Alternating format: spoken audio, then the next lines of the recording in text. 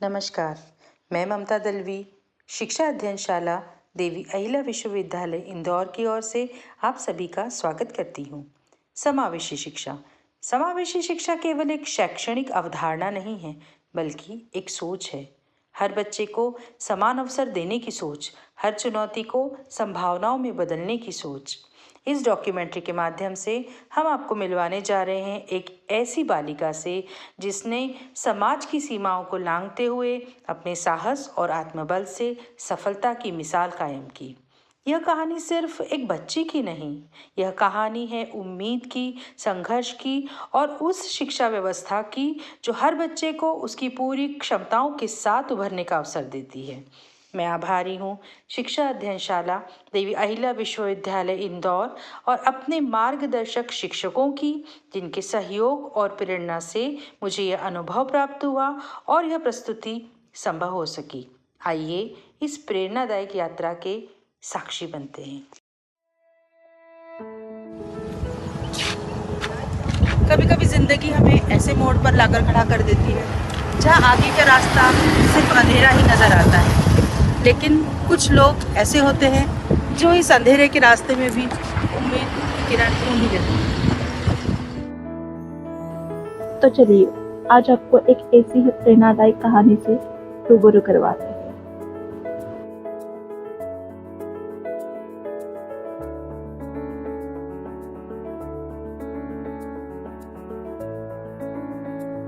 बुरहानपुर जिले के एक छोटे से गांव दरियापुर में एक सामान्य परिवार में कंचन का जन्म हुआ था।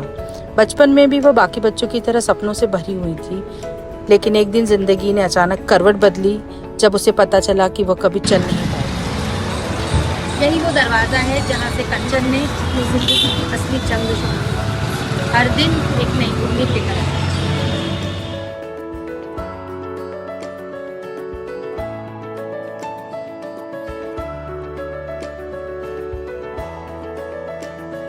यही वो जगह है जहाँ कंचन के सपनों ने उड़ान भरी थी।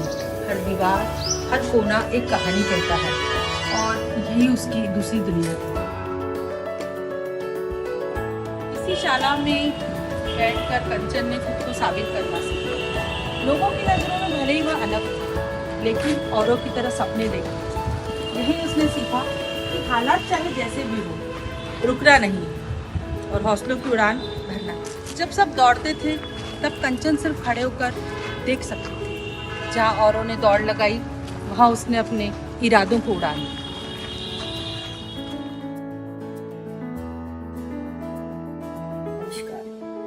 कंचन नाम ही काफी है। कंचन हमारे स्कूल की एक होशियार लड़की, होनहार लड़की। 9वीं से 12वीं तक मैंने कंचन को पढ़ाया हुआ है। हमेशा जिज्ञासाओं से भरी हुई मेहनती लड़की, और आज उसकी मेहनत रंग लाई है। बुरहानपुर बुकीज क्लब की फाउंडर रही है। बुरहानपुर बुकीज की शुरुआत सबसे पहले राजघाट से हुई है। राजघाट से लेकर मरीचिका गार्डन तक का ये शानदार सफर कंचन के लिए बहुत सराहनीय रहा है। कंचन हमेशा ऐसे ही आगे बढ़ते रहें, और कंचन का ये संदेश उन सभी बच्चों के लिए है और समाज के लिए है कि इंसान क्या कुछ नहीं कर सकता यदि उसने ठान ली है तो।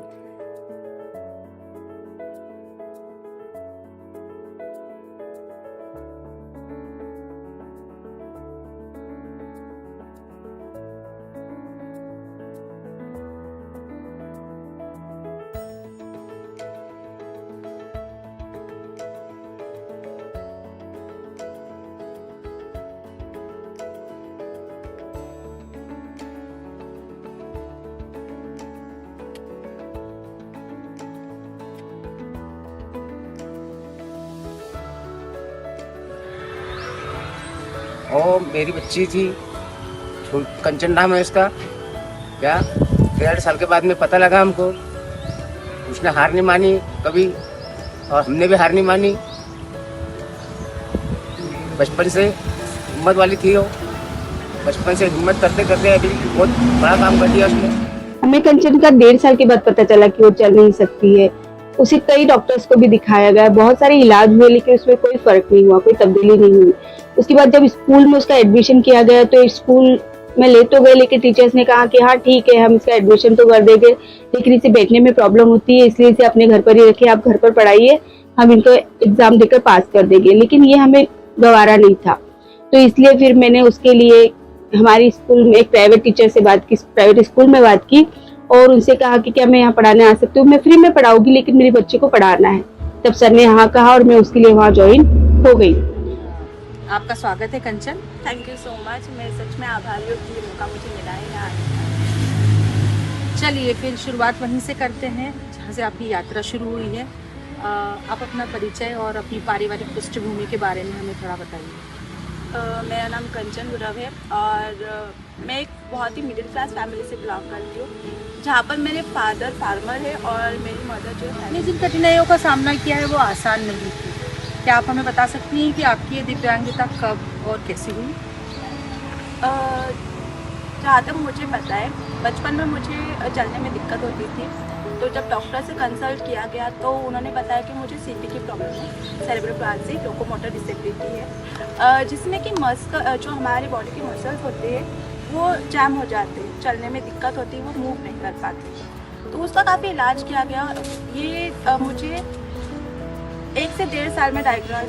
बचपन में जब मतलब आप चल नहीं पाती थी, 4-6 साल में जब आपने फर्स्ट क्लास में एडमिशन लिया होगा, तब आपकी सबसे बड़ी सहायता कौन बनी? मेरी मम्मा। उनकी वजह से ही सारी चीज़ें मेरे लिए इजी हो गई, क्योंकि अगर वो नहीं होते तो शायद मैं यहाँ तक नहीं होती, मैं स्कूल भी नहीं कर पाती कंप्लीट, ना ही मेरी कॉलेज कंप्लीट हो पाती। तो सबसे बड़ा माँ से बड़ी शक्ति इस दुनिया में कोई नहीं होती। याद साथ कि आपने बताया कि काफ़ी बचपन से ही आपकी ये दिव्यांगता डायग्नोसिस हो चुकी थी, तो क्या समस्याएं आई आपको शिक्षा की शुरुआत करने में, और आपकी प्राथमिक शिक्षा कहाँ से हुई? मेरी जो प्राथमिक शिक्षा है वो यही दरियापुर से हुई थी, गवर्नमेंट स्कूल से।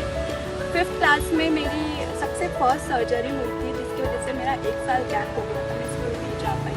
और 6th क्लास में जब मेरा एडमिशन हुआ तो उस टाइम पे मेरी ये कंडीशन ऐसी नहीं थी कि मैं बिल्कुल भी चल सकती थी, तो मेरे मदर फादर ने मुझे गोद में उठाकर स्कूलिंग कराई। 8th क्लास तक मेरी स्कूलिंग वैसे हुई है, मेरे मम्मी पापा मुझे लेकर जाते थे, उठाकर लेकर आते थे।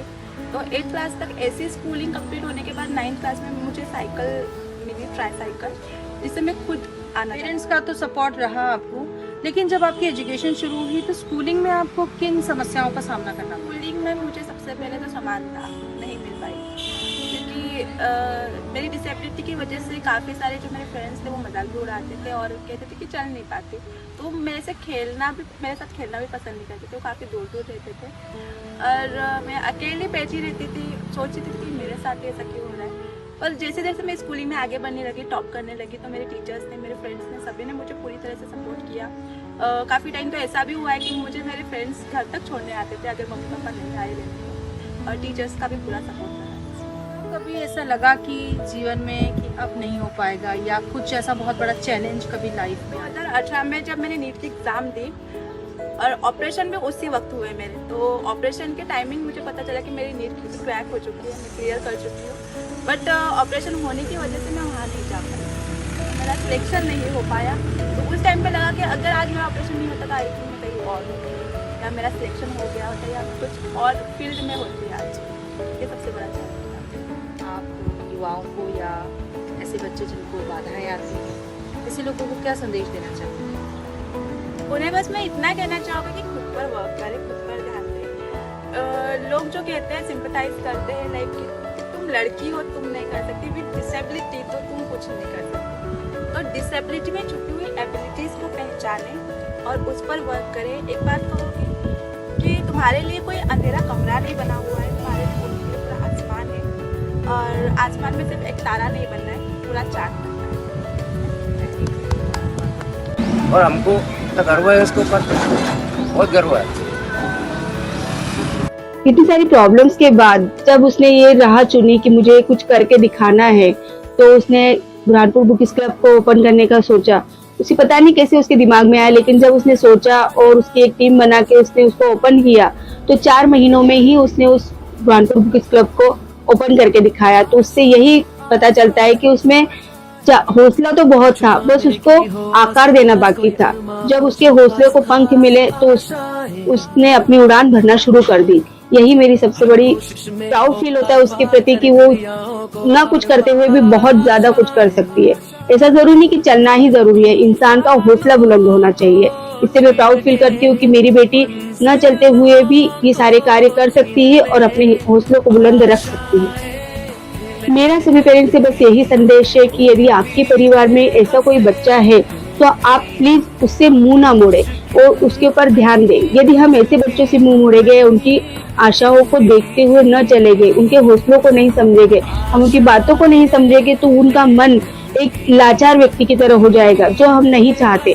इसलिए कभी भी ऐसे बच्चों की तरफ पहले ध्यान देना चाहिए। हमें समाज से कोई लेना देना नहीं, वो हमारा बच्चा है, वो हमारे जिगर का टुकड़ा है। यदि हम उस पर ध्यान नहीं देंगे तो उन पर ध्यान कौन देगा। उन्हें उनके पंख बनना चाहिए, हमें उनके हौसलों को उड़ान बननी चाहिए, न कि उन्हें उनके हौसलों को तोड़ना चाहिए। सभी पेरेंट्स से बस यही आशा है कि अपने बच्चों का पंख बने, उनकी उड़ान बने, न कि उन्हें पंख तोड़ के नीचे गिराए। आज वह काफ़ी अवार्ड प्राप्त कर चुकी हैं। उन्हें नरेंद्र मोदी अवार्ड मिल चुका है, प्रेरणा अवार्ड मिल चुका है। उन्होंने बुरहानपुर जिले की प्रथम ओपन लाइब्रेरी स्थापित करी है, जो 6 महीने से काफ़ी सफलता के साथ चल रही है।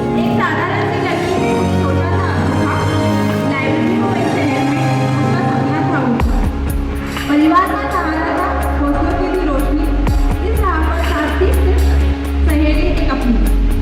कहते थे लोग जो काबिल नहीं है तू, देंगे वही सलामियां। लेकर रणभूमि तक हर रूप में तेरा सम्मान है। तू ममता का आंचल भी है, क्रांति की पुकार भी है। तू जोश जुनून बलिदान की गाथा, हर युग की किरदार भी तू नहीं है सिसकी अंधेरे कमरों की, तेरा तो पूरा आसमान है। तू परख नारी खुद की शक्ति, तू इस जग का हिस्सा नहीं, तुझमें ही समाया सारा संसार है, तुझमें ही समाया सारा संसार है। आके ज़मीन पे दे के जाए आसमां शाबाशियां, शाबाशियां। हमारे साथ जुड़ने और अपनी प्रेरणादायक कहानी साझा करने के लिए हम कंचन का दिल से धन्यवाद करते हैं। उनकी बातों ने हमें यह सिखाया कि जीवन में कोई भी बाधा बड़ी नहीं होती अगर हौसले बुलंद हो। उनकी सफलता उन सभी लोगों के लिए एक संदेश है जो हालात से हार मान लेते हैं कि अगर चाह है तो राह भी है। हम दुआ करते हैं कि कंचन यूं ही आगे बढ़ती रहे और औरों को भी रोशनी दिखाती रहे। धन्यवाद।